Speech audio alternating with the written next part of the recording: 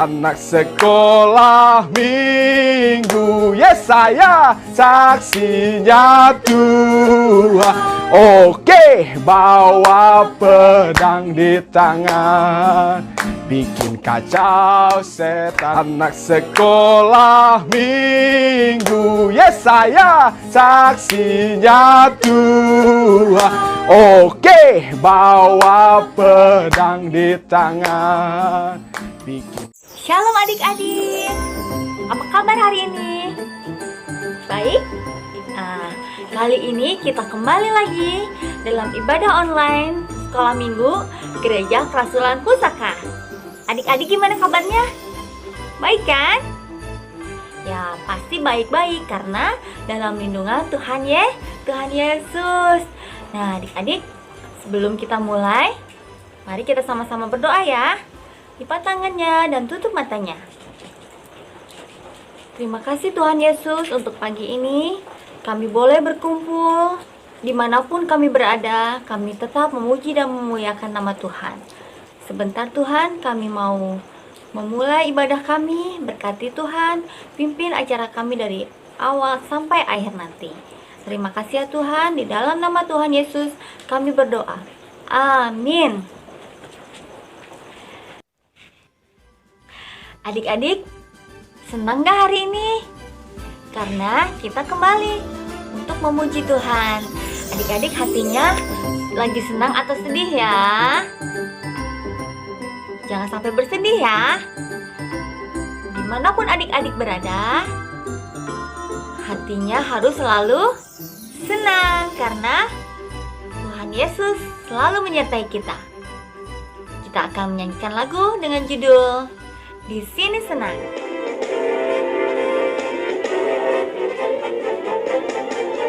Di sini senang, di sana senang, di mana-mana hatiku senang. Di sini senang, di sana senang, di mana-mana hatiku senang. Haleluya, puji Tuhan, haleluya, puji Tuhan, haleluya, puji Tuhan, haleluya, haleluya, puji Tuhan, haleluya, puji Tuhan, haleluya, puji Tuhan, haleluya.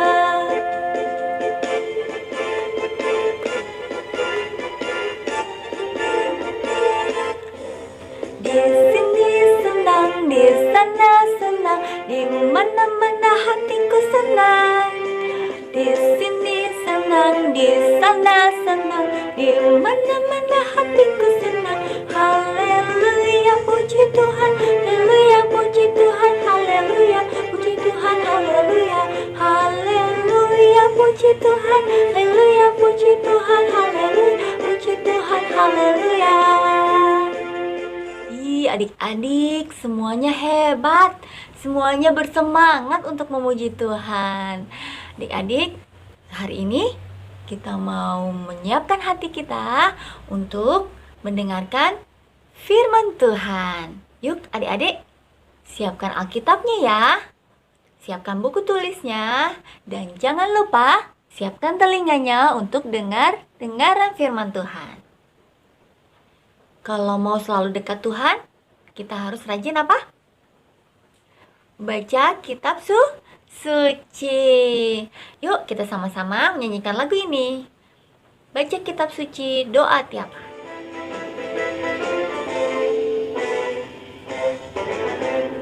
Baca kitab suci, doa tiap hari, doa tiap hari, doa tiap hari. Baca kitab suci, doa tiap hari kalau mau tumbuh, kalau mau tumbuh, kalau mau tumbuh. Glory haleluya. Baca kitab suci, doa tiap hari kalau mau tumbuh.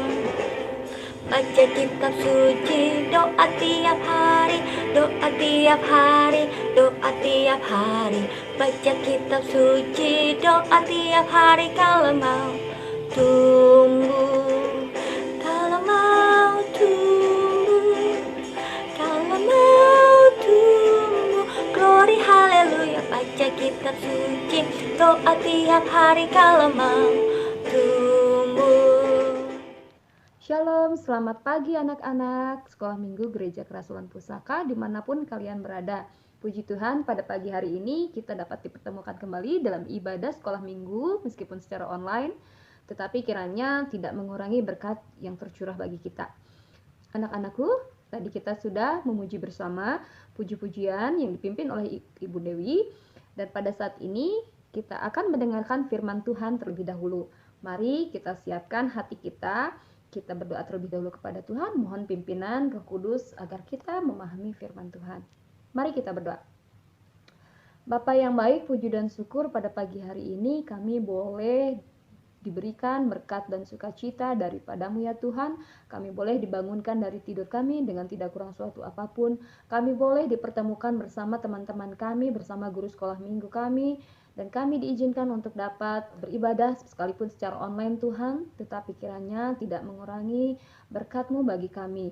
Terima kasih Bapa, terima kasih Tuhan. Pada pagi hari ini kami akan mendengarkan firman Tuhan. Berikan kami hati untuk mendengar, berikan kami hikmat untuk dapat mengerti firman Tuhan yang Engkau bagikan bagi kami, sehingga firman Tuhan ini boleh berakar, bertumbuh, dan berbuah di dalam kehidupan kami. Terima kasih Bapa, terima kasih Tuhan, kiranya kasih setia Tuhan menyertai kami dari saat ini sampai selama-lamanya. Amin. Baik anak-anak, pada saat ini kita akan mendengarkan firman Tuhan yang diambil dari kitab 1 Raja-Raja ayat 1 sampai dengan ayat yang ke-12 tentang Raja Salomo yang bijaksana. Nah, anak-anak mungkin pernah mendengar kisah dari Raja Salomo ini ya. Namun sebelum kita masuk ke Raja Salomo, siapa yang tahu ayah dari Raja Salomo? Ya, betul, Raja Daud. Nah, Raja Daud adalah raja yang sangat terkenal pada masa itu di Israel. Ya, dia adalah anak Tuhan yang sangat hebat selama memimpin pemerintahan Israel. Nah, Raja Daud ini di dalam kepemimpinannya, kerajaan Israel tumbuh 10 kali lebih besar daripada Raja Saul. Waktu zaman Raja Saul. Tetapi sekarang Raja Daud sudah tidak bisa memerintah lagi anak-anak, karena Daudnya sudah tua, sudah sakit, dan merasa lelah. Hidupnya tidak akan lama lagi di dunia ini. Nah, salah satu dari anak Raja Daud yang bernama Adonia berkata kepada orang-orang Israel bahwa dia akan menjadi raja, menggantikan Raja Daud. Meskipun namanya bagus, Adonia yang artinya Tuhanku adalah Allah, tetapi Adonia memiliki karakter yang tidak baik. Kenapa? Karena dia mencoba mencuri tahta dari ayahnya saat dia mengetahui ayahnya lemah dan tidak bisa menghentikan dia. Tetapi Tuhan punya rencana lain loh anak-anak. Batsheba, istrinya Raja Daud, tahu bahwa Salomo anaknya akan menjadi raja yang berikutnya, akan menjadi penerus bagi Raja Israel. Nah, ketika Batsheba tahu rencana Adonia, Batsheba menyampaikan kepada Daud tentang rencana Adonia. Meskipun sakit, Raja Daud saat mendengarkan rencana Adonia, dia berusaha untuk mengumpulkan para pemimpin-pemimpinnya dan menyampaikan kepada para pemimpin-pemimpinnya bahwa ia akan menjadikan Salomo sebagai Raja Israel yang berikutnya. Salomo tidak menemui kesulitan berhadapan dengan Adonia sebab orang-orang Israel percaya kepada Raja Daud. Dan Raja Daud mengatakan kepada orang-orang Israel bahwa Raja Salomo lah yang akan menjadi penggantinya. Setelah pengangkatan Raja Salomo menjadi raja, maka Raja Daud pun meninggal dunia. Sebelum Raja Daud meninggal, Raja Daud meninggalkan pesan kepada Raja Salomo bahwa Raja Salomo harus menjadi raja yang taat dan takut akan Tuhan. Raja Salomo harus melakukan kewajibannya dengan baik dan setia terhadap Tuhan. Setelah jadi raja, Salomo pada suatu malam bermimpi. Di dalam mimpinya, ia melihat Tuhan menampakkan diri kepadanya dan berfirman, "Mintalah apa yang hendak kuberikan kepadamu. Jika hal itu terjadi padamu, apa yang akan kamu minta?" Nah, itu yang difirmankan Tuhan kepada Raja Salomo di dalam mimpinya. Lalu Raja Salomo meminta hikmat untuk menjadi raja yang baik. Permintaan raja muda itu menyenangkan hati Tuhan.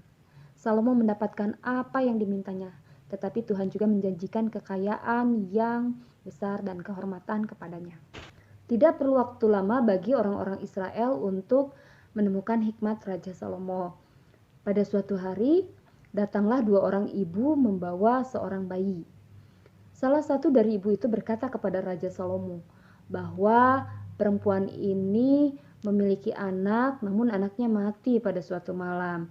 Dan anaknya yang mati itu ditukarkan dengan anakku. Demikian katanya.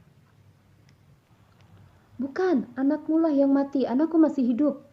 Nah, demikian jawab perempuan yang satunya lagi. Terjadi perseteruan di antara mereka. Lantas, bagaimana Raja Salomo akan memutuskan mana ibu dari anak tersebut? Lalu Raja Salomo berkata, "Ambilkan aku pedang." Mereka pun mengambil pedang dan membawanya kepada Raja Salomo. Lalu Raja Salomo berkata, "Penggalah anak ini menjadi 2 bagian dan berikan sebagian kepada ibu yang satu dan sebagian lagi kepada ibu yang lain. Jadi adil." Lalu si ibu yang memiliki bayi berpikir, jika dipenggal, maka anak itu akan mati. Dan dia pun berkata kepada Raja Salomo, "Tuan, jangan bunuh anakku, jangan sekali-kali membunuhnya. Berikanlah anak itu kepada ibu yang satunya lagi."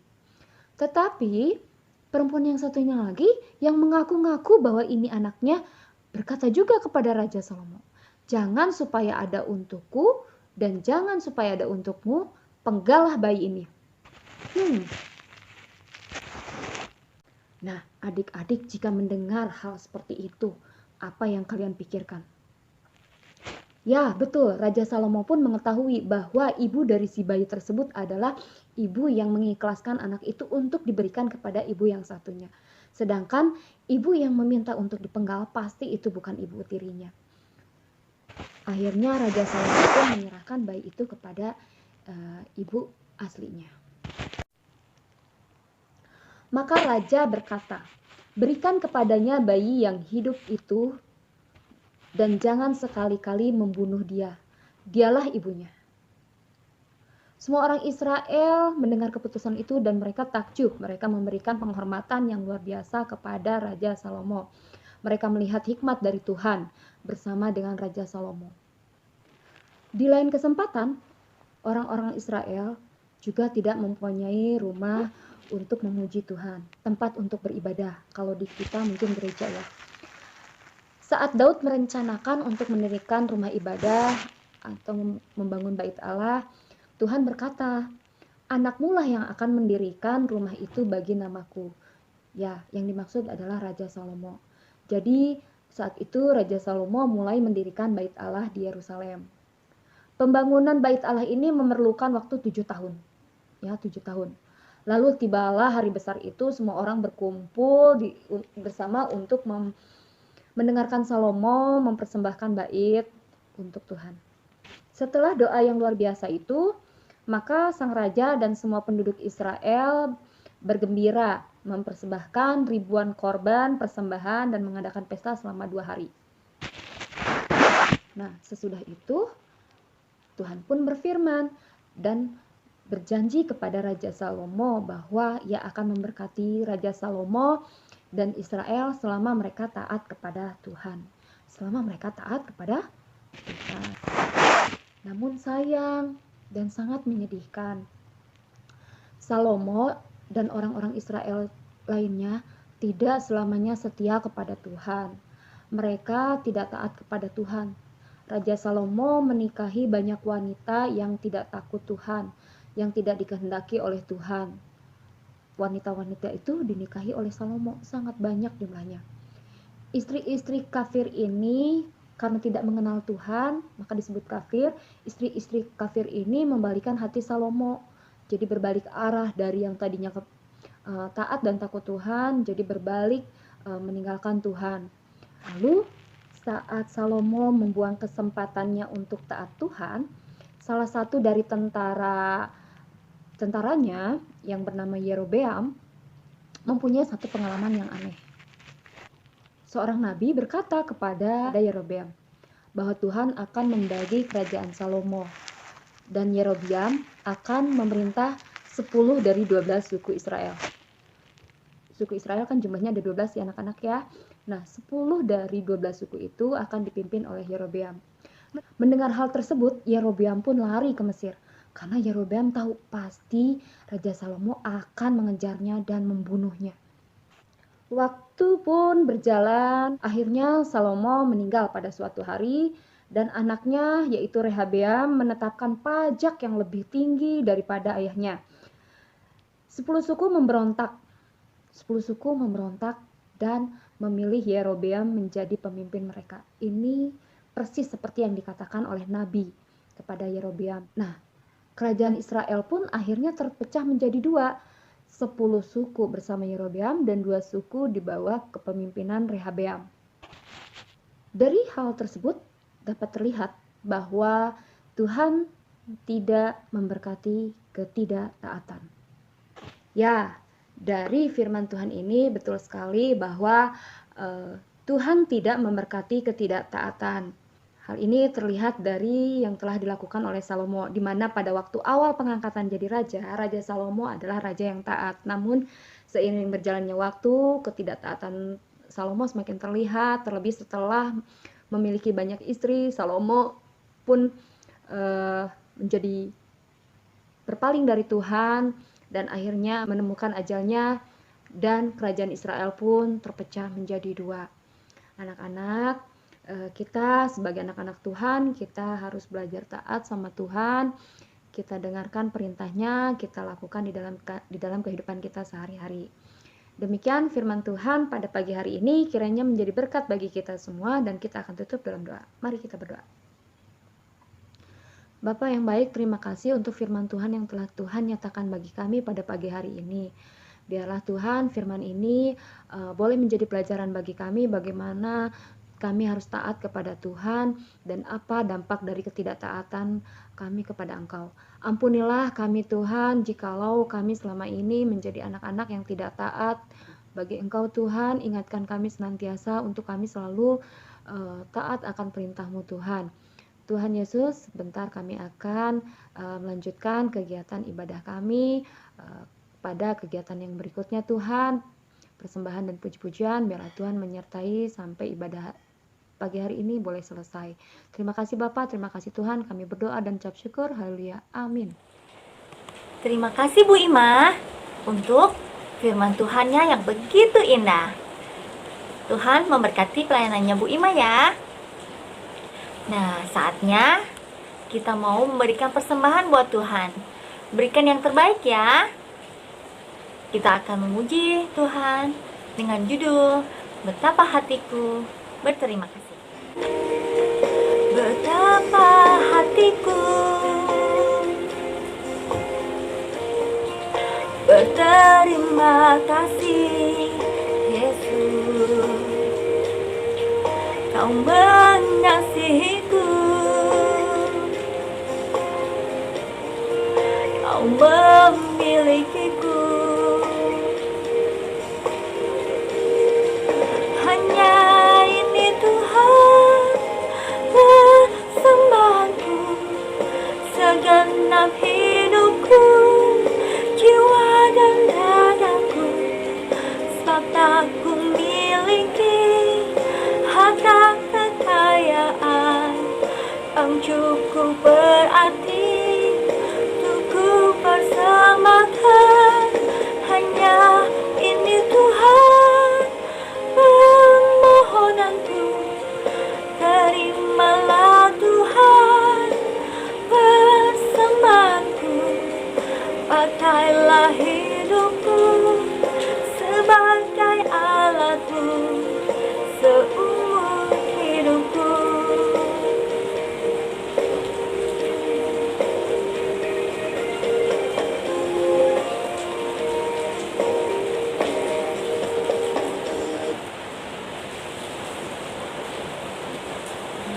Adik, terima kasih ya untuk persembahannya.